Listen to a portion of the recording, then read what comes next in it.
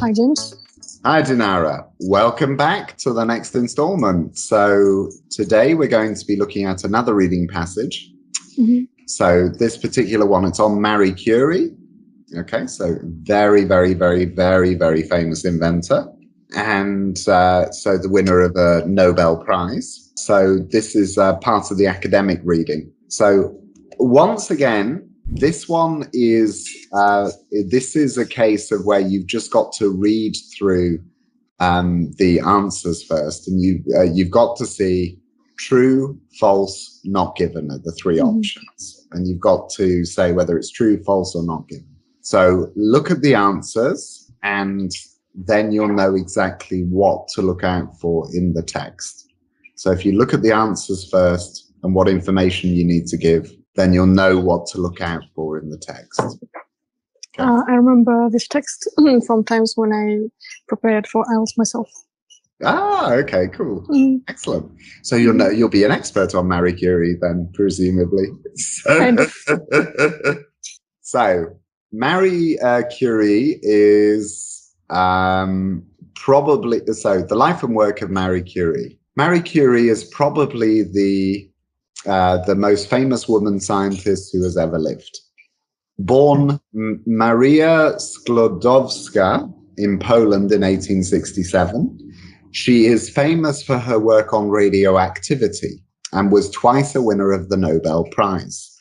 With her husband, Pierre Curie, and Henri Becquerel, she was awarded the 1903 Nobel Prize for Physics, and was then sole winner of the 1911 Nobel Prize for Chemistry. She was the first woman to win a Nobel Prize. From childhood, Marie was remarkable for her prodigious memory, and at the age of 16 won a gold medal on completion of her secondary education. Because her father lost his savings through bad investment, she then had to take work as a teacher. From her earnings, she was able to finance her sister Bronia's medical studies in Paris, on the understanding that Bronia would, in turn, later help her to get an education. In 1891, this promise was fulfilled, and Marie went to Paris and began to study at the Sorbonne, the University of Paris. She often worked far into the night and lived on little more than bread and butter and tea. She came first in the examination in the physical sciences in 1893, and in 1894 was placed second in the examination in mathematical sciences. It was not until the spring of that year that she was introduced to Pierre Curie. Okay. I have a new word. I do not know its meaning. Soul. Yeah. Which one? Soul. Soul. Yeah. Only. Solitary. Single. I've never heard. Yeah. Cool. Soul. Okay. Yeah. So soul. You know, it's a case of different words work with. You know, there are a number of synonyms meaning something similar to that word, and a lot of the time it's a case of which collocations work. So soul winner, soul survivor, for example, soul would work there. But single parent, only child, you know, as in it's, you know, so a solitary figure, you know, so it's, so different words work in as part of different collocations. But it's so just individual or only. We cannot say sole parent. No, you wouldn't say sole parent. Yeah, we can say only single parent. Okay. Exactly. So it would be a single parent. So certain things, of course, while when we study English or any other foreign language, come only in time. And only, for example, when did you start feeling German? When did I start studying it? No, feeling German. I think that was particularly after I'd started living in the country. But, well, I mean, yeah, after I'd started living in the country. But it's a little bit complex because when I'd lived in Austria for a year, I did feel the language. basically. So, and it got to the point where there were certain phrases and expressions that were easier to say in German than they were in English. So after that year of living there, so I'd say a few months of living in the country. For example, in my case, I've never lived in English-speaking countries. I've never studied at English-speaking universities. So I started feeling the language, I think, first when I started traveling around Europe. Yeah, that practicing, and then watching tons of films in English with Russian subtitles, and then without subtitles. That's also a good way to do it. I mean, the goal is, and you've hit the nail on the head there, which is a good saying. So, is in immersion is key. And the thing is that you can do immersion through the classic route, which was the example I gave of going and living in the country, in a country that speaks that language, or you can do it in a more digital way by taking in media from the language, and that, you know, as in, it's very easy to immerse yourself nowadays in ways that it just wasn't possible to immerse yourself in foreign languages in the past. So if I were to think before the internet, for example, if I had wanted to immerse myself in French or German or Spanish or Mandarin or any other, or Russian or any other language, I would have had to have gone to the library and seen a small section of books there. And if I had been extremely lucky, maybe there would have been one or two bookshops that might have sold a book or two, or you might have seen international newspapers at certain shops, but you had to really go out of your way to look for these things. Whereas nowadays, you know, with the rise of, you know, streaming providers and YouTube and documentary sites and all kinds of streaming sites, and VPNs and, you know, so podcasts. There's so many different ways nowadays to get this information. And that's the great thing about immersion. You can focus on things that interest you. So if you want to listen to a gardening podcast in a foreign language because you're really into gardening, do it. If you want to, you know, sort of, if you're massively into pop culture, for example, you can do that. You can listen to podcasts or watch documentaries or watch sitcoms that are based on that. So you can choose whatever interests you, and because you're still learning. That's the point. I remember how one girl, she was only 12, she came to study Chinese at our school, and her English was perfect, with really perfect American accent. And I asked her, where did she get that? Maybe she had teachers from the US, and she said, no, I just watch YouTube videos of the girls from America who do makeups.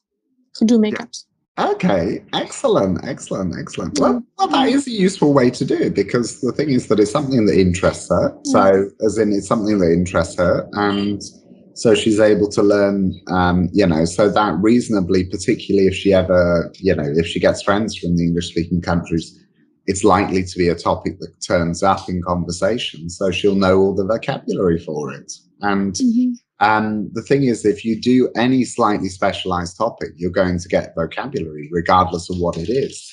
Yeah. So I think it's a very good method. Absolutely. So, and I know other people who focus on things like that. So, you know, for me personally, I love documentaries. So for me, I will watch documentaries in foreign languages because I just enjoy documentaries. So, you know, so I think they're all very interesting. It's all very interesting methods to do it. The point is to have fun whilst you're doing it. Yeah, definitely. So education should be fun. Exactly.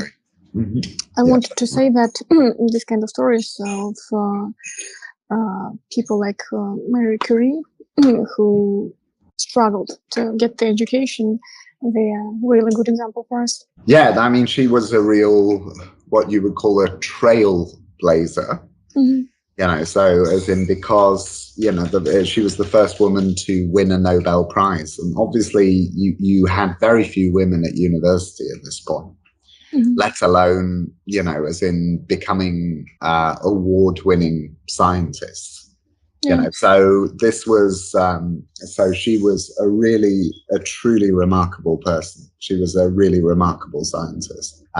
So it's a fascinating case. I have a sneaking suspicion. I think both of them, didn't they die of radiation poisoning or something like that? So as in the Curies, I think, you know, so I thought that might have been the case because obviously they were working with radiation quite a lot. So, you know, you know, because, and obviously that was something that people didn't know about how dangerous that was until later.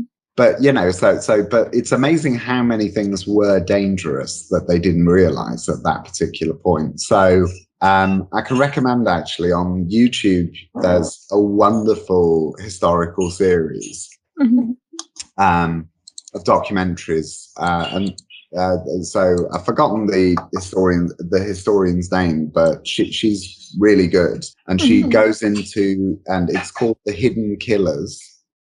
She's got she's got several different series, but one of them is The Hidden Killers of the Victorian Home, and the other is The Hidden Killers of the Edwardian Home. And then she also has the Tudor Home and the post-war home, or, you know, so, and so basically she just goes into all kinds of things, like, for example, you know, the paint had arsenic in the paint, so that was incredibly dangerous.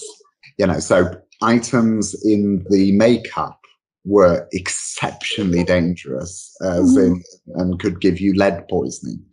So as in, and so she goes into all of these, you know, as in they used to put these additives into bread that were incredibly dangerous, so that would cause severe health problems. And she goes into a lot of details about, you know, daily life in the past and things that were dangerous that were just within the home, you know. It was really interesting. There are still all those things we use on a regular basis. They're not, let's say, healthy. For example, even in shampoos or shower gels. So we need to be really careful and check everything. Yeah. I just wanted to say that to our subscribers and viewers that knowledge is key to all doors and to a very interesting, adventurous life. And Marie Curie's, how she was struggling to even feed herself while studying, it's a person, big example for all of us. Oh yeah, absolutely, absolutely. And you know, so it's and an inspiration. So let's have a look at some of these ones. So the first question is, Marie Curie's husband was a joint winner of both Marie's Nobel Prizes. No, because in one of them she was the sole winner for 1911. So that one is false. So, and thankful to James, guys, you know the meaning of this word now. Because, for example, if I even, like, this is keyword, which we can not know the meaning and already do not know the answer, the exact answer. Absolutely. So, and because it says she was the sole winner, it means that she was not the, you know, so that her husband was not the joint winner of both. So, as in he was a joint winner of one of the two. So Marie became interested in science when she was a child. Doesn't actually say specifically how she became interested in science.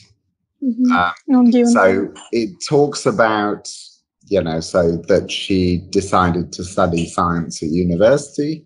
It doesn't say, you know, and that she was very intelligent and very accomplished, but it doesn't go into much information about, it doesn't go into any information about that. That one's simply not given. Then the next one is Marie was able to attend the Sorbonne because of her sister's financial contribution. You know, so we can see here that of the second paragraph, from her earnings, she was able to finance her sister.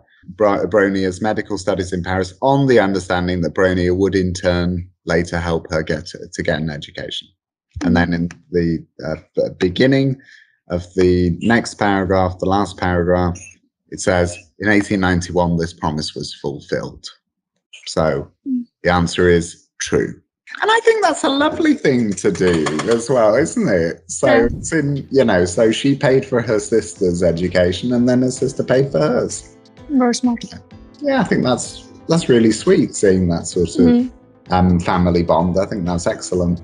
But particularly when her father made such a bad investment. So so the sisters helped each other out. I think that's lovely. Okay, guys, let's continue with IELTS in our next videos. See you. Bye. See you next time. Bye-bye.